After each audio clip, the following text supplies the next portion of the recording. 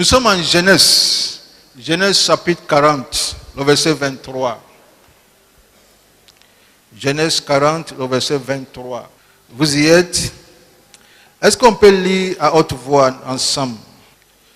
C'est un seul verset. Genèse 40, le verset 23. On y va à haute voix. Le chef des échansons ne pensa plus à Joseph. Il l'oublia. Father, we stand not in our own name. We stand in the name that is above and beyond any and every other name. We stand in the name of Jesus to declare your mind, your intention for your people. Bless your people. Let somebody be blessed in Jesus' name. Somebody say Amen. Amen. Tout le monde connaît l'histoire derrière ce passage. Joseph se trouve en prison en ce moment précis. Et il a un don.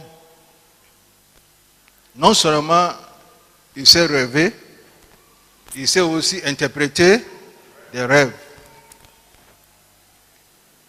Et voici deux personnes qui ont eu des rêves en prison. Même en prison, il exerçait son ministère. Et il a interprété les rêves de ces deux personnes. Un était positif. Et ces deux personnes-là étaient des ministres que Pharaon avait envoyés en prison. Un a été restauré par l'interprétation de son rêve. Joseph lui a dit, tu seras rétabli. L'autre aussi, Joseph lui a dit, ton rêve, c'est pas bon. C'est pas bon. Et quand l'autre partait, Joseph lui a dit, souviens-toi de moi. Quand quelqu'un est en prison, nous tous on est en prison, on mange ensemble, on fait tout ensemble. Et un jour vient, mes co-détenus sont délivrés. Quand il partait, il dit, souviens-toi de moi. Et si quelqu'un dit, souviens-toi de moi, ça veut dire qu'il souffre. Vrai ou faux? Ça veut dire qu'il souffre. Et la Bible nous dit que le monsieur l'a promis, non, il n'y a pas de problème, on est ensemble, il ne faut pas t'en faire. Il faut t'en faire. On est ensemble. Mais quand il est sorti, la Bible dit, il ne pensa plus à Joseph. Il ne pensa plus à Joseph. La Bible n'a pas dit il ne pensa pas. Il ne pensa plus. Il l'a oublié totalement, complètement. Ce message est dédié à toi. C'est un message spécialement dédié à un Joseph ou bien à une Joséphine. Dis, ça me concerne.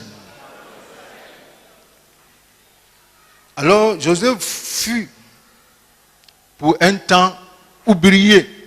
Mais Dieu m'a chargé de te dire, en cette année 2016, toi, tu ne seras pas oublié. Le thème de mon message, c'est tu ne seras pas oublié. Lève la main et dis, je ne serai pas oublié. Oh, c'est une prophétie, je ne serai pas oublié. Je ne serai pas oublié. Tu sais, on a commencé l'année. Dieu nous a donné 2016 en blanc.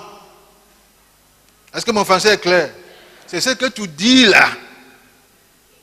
Que tu es en train d'écrire.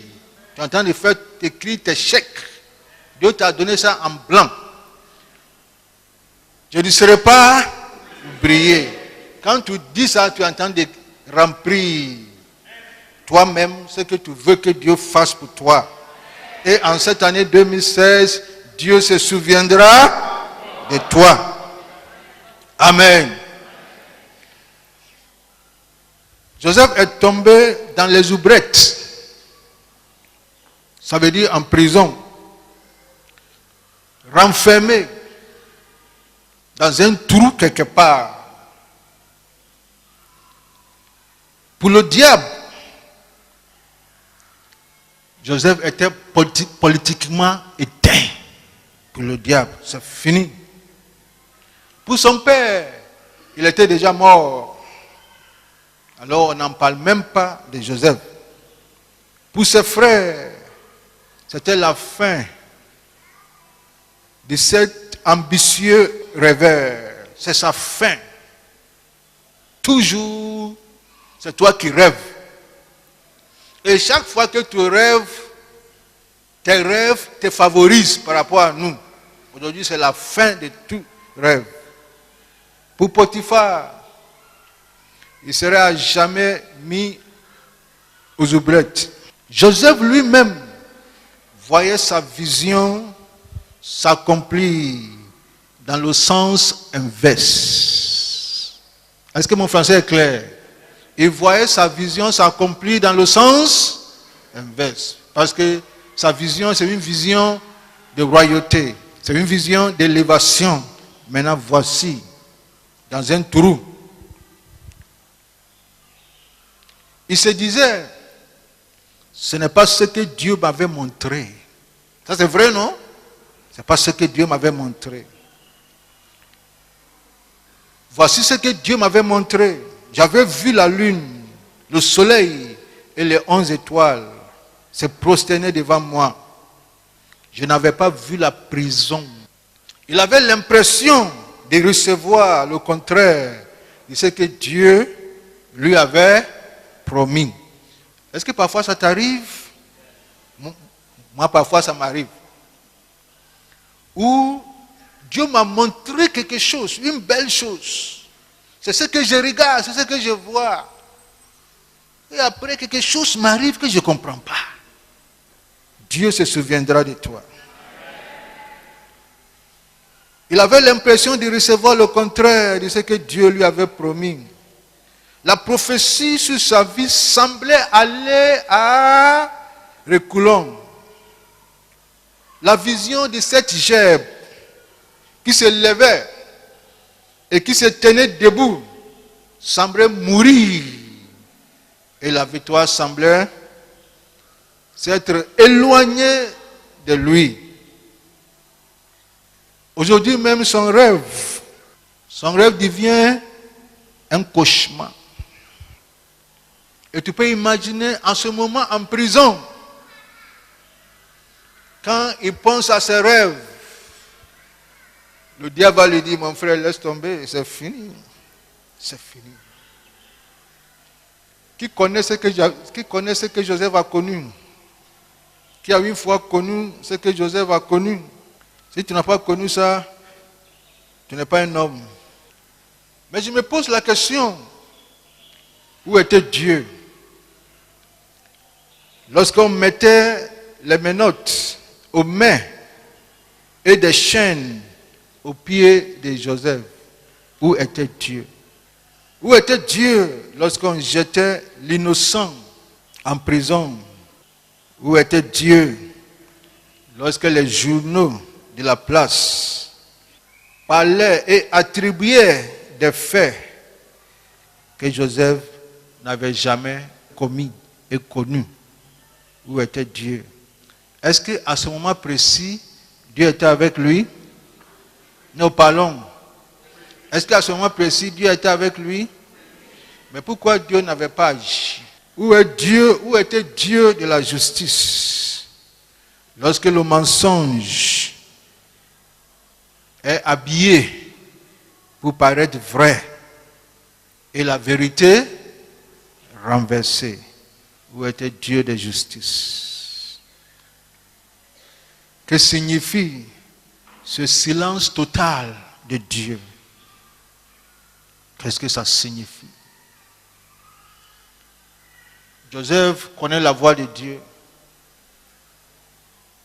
Mais maintenant, c'est comme si Dieu ne parlait plus. Excellence. Écoute ce que la Bible dit. La Bible dit,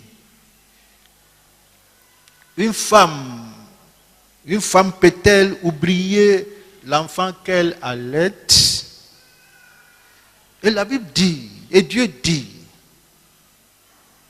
même si c'est le cas, moi Dieu, je ne t'oublierai point.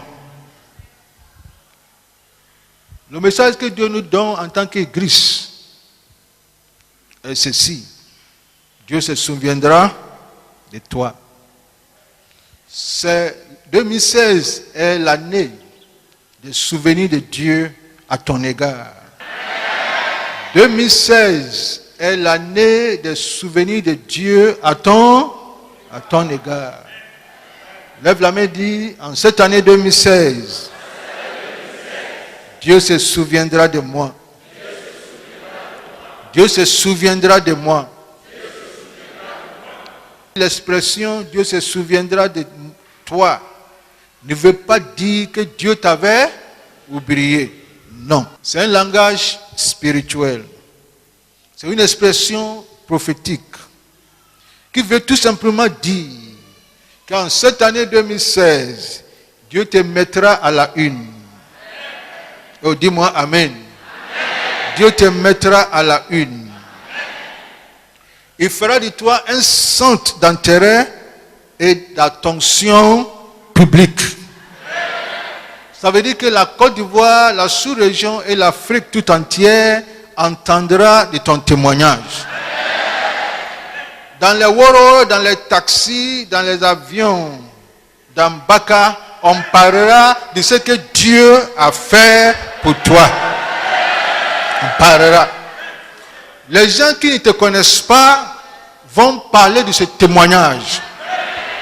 Les pasteurs vont prêcher de ce que Dieu a fait pour toi.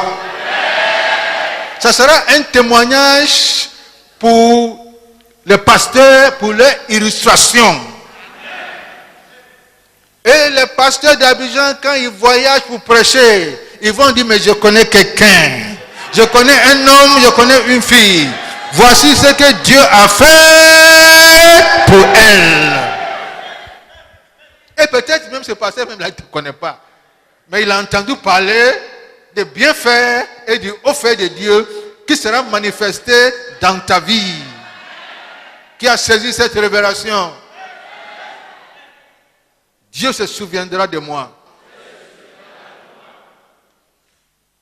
Je vous ai dit la fois passée, il y a 3 choses qu'il faut retenir chaque fois que Dieu se souvient de quelqu'un. C'est ça qui nous montre que c'est Dieu qui l'a visité. C'est le souvenir de Dieu. Dieu a ouvert son livre de souvenirs et Dieu a marqué ce frère et cette sœur. Il y a 3 choses. La première chose, lorsque Dieu se souvient de toi, le miracle qui découle de son souvenir est un miracle, on y va ensemble, sans précédent. Ça veut dire que ce miracle-là ne s'est jamais produit autour de toi. Et ce que Dieu va faire cette année pour toi, dans ton bureau, ce n'est pas encore arrivé. À l'école là-bas, tu seras la première personne à expérimenter ce témoignage. Et je ne sais pas de quoi il s'agit. Si tu es étudiant, ça peut être un miracle comme ce miracle-là. Depuis que l'établissement existe, personne n'a eu cette mention-là. Est-ce que tu as la foi pour saisir ça? Help us, Lord. Concernant Joseph, le poste du premier ministre que Pharaon lui a donné, ce poste-là n'existait pas dans la dynastie royale de Pharaon. Pharaon, c'est un royaume. Dans le royaume, il n'y a pas premier ministre. Est-ce qu'on se communique? Mais il faut créer un poste pour lui. Et Pharaon a créé un poste de premier ministre. Ça n'existait pas depuis que l'Égypte existe. C'est un miracle sans... Dis, ça me concerne. En cette année 2016, attends ton miracle sans précédent. Ce n'est jamais arrivé ce que Dieu va faire pour toi. Ni dans ta famille, ni dans ton environnement. Ni au bureau, ni à l'école. Ni dans le ministère. Amen. Ce que Dieu va faire pour toi. J'ai envie de dire pour quelqu'un, ni dans l'église. Dis, je reçois. Ce que Dieu va faire pour toi. Premier ministre, ça n'existe pas. Pharaon était obligé de créer un poste pour lui, de faire un bureau pour lui, rapidement quelque chose pour lui. Joseph est devenu non seulement un patron, mais il est devenu le patron, aide-moi, de son ex-patron. Dis, ça me concerne. Son patron occupait toujours le poste. Son patron, Potiphar, était ministre. Il était ministre de la sécurité ou bien de la défense. On appelle ça ministre des gardes. Il était toujours ministre.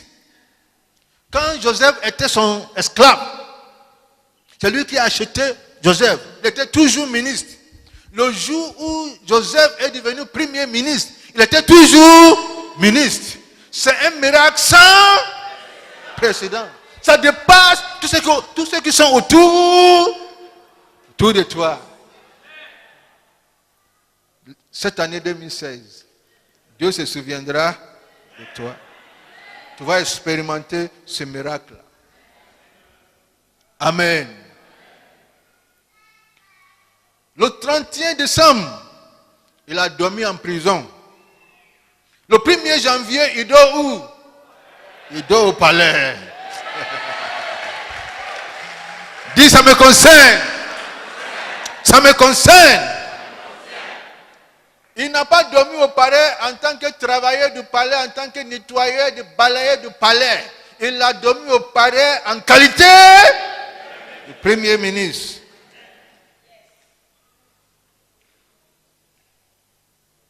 Hier, ses voisins étaient ses co-détenus, ses camarades de prison.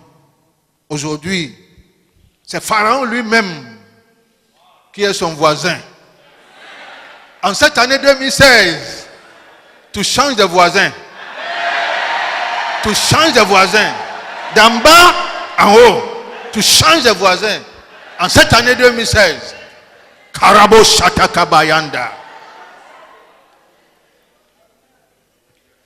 Hier, il interprétait les rêves des prisonniers. Hier, il interprétait des rêves des prisonniers. Aujourd'hui, il interprète des rêves des rois. Dis, ça me concerne. Tu sais, ça quoi ça? C'est important d'interpréter les rêves.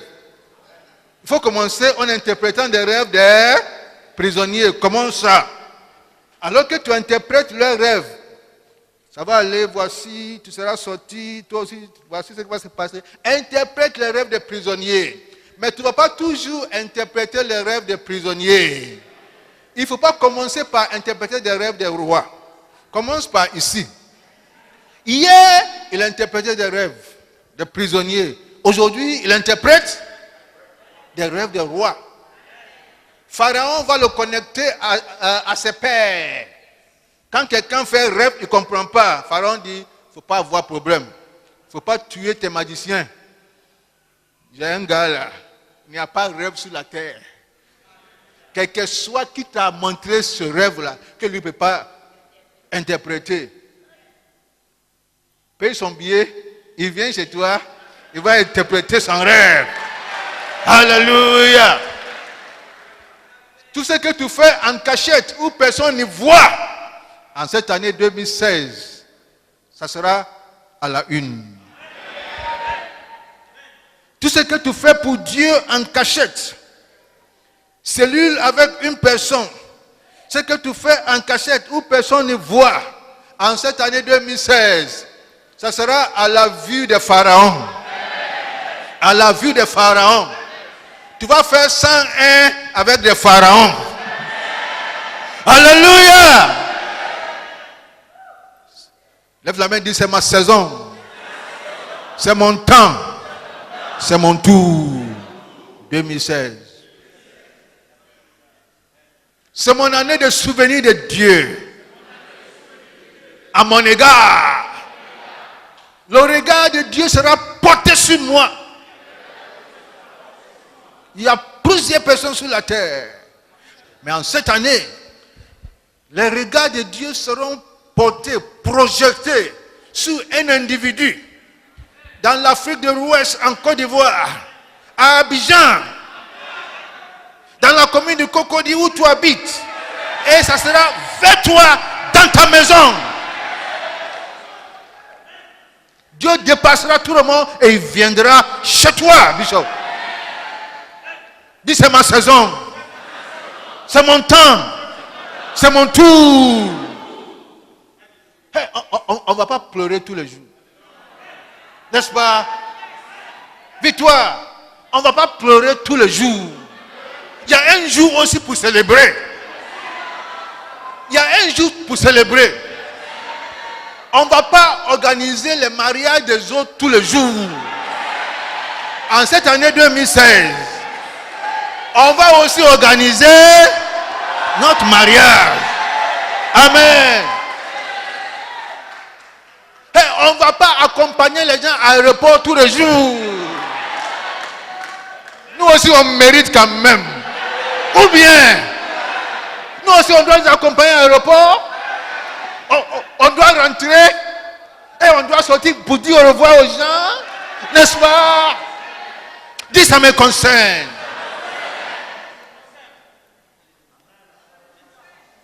C'est ma saison. Je ne serai pas oublié. Lève la main et dis, je ne serai pas oublié. Lorsque Dieu se souvient de toi, il met une touche, aide-moi, surnaturelle à ce que tu as l'habitude de faire. Il met une touche surnaturelle à ce que tu as l'habitude de faire. Dis après moi, une touche surnaturelle. Écoute, ce n'est pas la première fois que Joseph interprète des rêves et des songes. Ce n'est pas la première fois. Il le fait tous les jours. Mais cette fois-ci, quelque chose se passe. Cette fois-ci, quelque chose se passe. Ce n'est pas une première fois qu'il interprète rêve. Il interprète plusieurs rêves. Il est expert dans ça, petit comme grand. Mais cette fois-ci, il interprète même rêve. Dieu met une touche surnaturelle. Écoutez, Pharaon n'était pas obligé de faire de lui premier ministre. N'est-ce pas? Pharaon pouvait lui faire grâce. Mon frère, tu dors où? Tu habites où? Il dit, je suis en prison. Je te libère, je te fais grâce. Va. N'est-ce pas? Il est sauvé. Pharaon pouvait dire ça. Pharaon pouvait lui donner de l'argent pour lui dire merci. Je sais qu'on n'allait pas lui dire rentrer en prison. N'est-ce pas? Ça, je sais que Pharaon n'allait pas dire ça. N'est-ce pas? Mais Pharaon n'était pas obligé de le mettre parce que Pharaon a son gouvernement. Pharaon a ses sages, ses magiciens, ses experts. Mais Dieu m'a choisi te dire, tu es l'expert des experts. On dit qu'il n'y a pas place. Dieu va faire place pour toi. On dit que personne ne peut faire ça. Il faut lui dire, j'arrive. Il interprète rêve. Continue d'interpréter rêve. Continue de chanter. Il ne faut pas dire, je suis fatigué de chanter. Parce que tu ne sais pas un jour qui va écouter ton chant. Tu ne sais pas. Continue de prêcher. Continue de prêcher. Continue de faire ce que tu as l'habitude de faire. Tu ne sais pas un jour qui va écouter ton message. Continue de servir. Continue de servir. Ce que tu as l'habitude de faire, là, fais-le. Un jour, Dieu mettra une touche. Et quand Dieu met une touche, on dit que mais lui là c'est qui? Anderson était mon protocole. Et Anderson me servait bien. Bon protocole, sans précédent. Un jour, dans un mariage, Anderson était en train de gérer les affaires là. Il y a un DG qui était là-bas. Il dit, viens. Il dit, viens, tu vas travailler avec moi. C'est ça. Continue de servir toujours. Le jour où Anderson partait en France, accompagner son DG, nous tous on a célébré. On dit quand même, lève la main et dis ça me concerne. Dieu se souviendra de toi. Ce que tu fais dans sa maison, continue de faire. Tu ne sais pas qui te regarde. Tu ne sais pas qui te regarde. Et le ministre actuel est venu. Il a convoqué tous les DG. Et c'est Anderson encore qui sait bien. Et le ministre l'a dit à son DG, donne-moi, prête-moi ton protocole.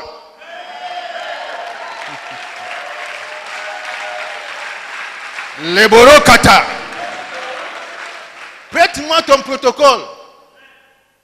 Du pasteur, DG, du ministre. Est-ce que je peux prophétiser? Le miracle qui arrive là, ça dépasse le niveau ministériel.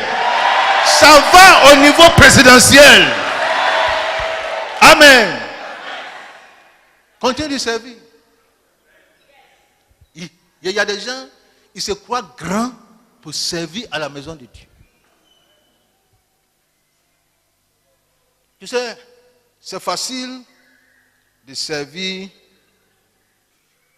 un grand. Quand tu es petit, c'est facile. Ça, Dieu n'appelle pas ça service. Ce que Dieu appelle service, quand toi qui es grand là, tu sers un petit, ta famille est du service, et tu ouvres la porte pour un petit chauffeur dont la voiture même n'a rien à voir avec pour toi, pour sortir. Et tu lui dis, bonne arrivée, tu es bien habillé. La personne est confuse. C'est ça qu'on appelle service. La deuxième chose qu'on appelle service, quand toi tu es grand et tu sers. Parce qu'en Afrique, ce sont les petits qui servent. Dans la Bible, ce sont les grands. Change ta mentalité.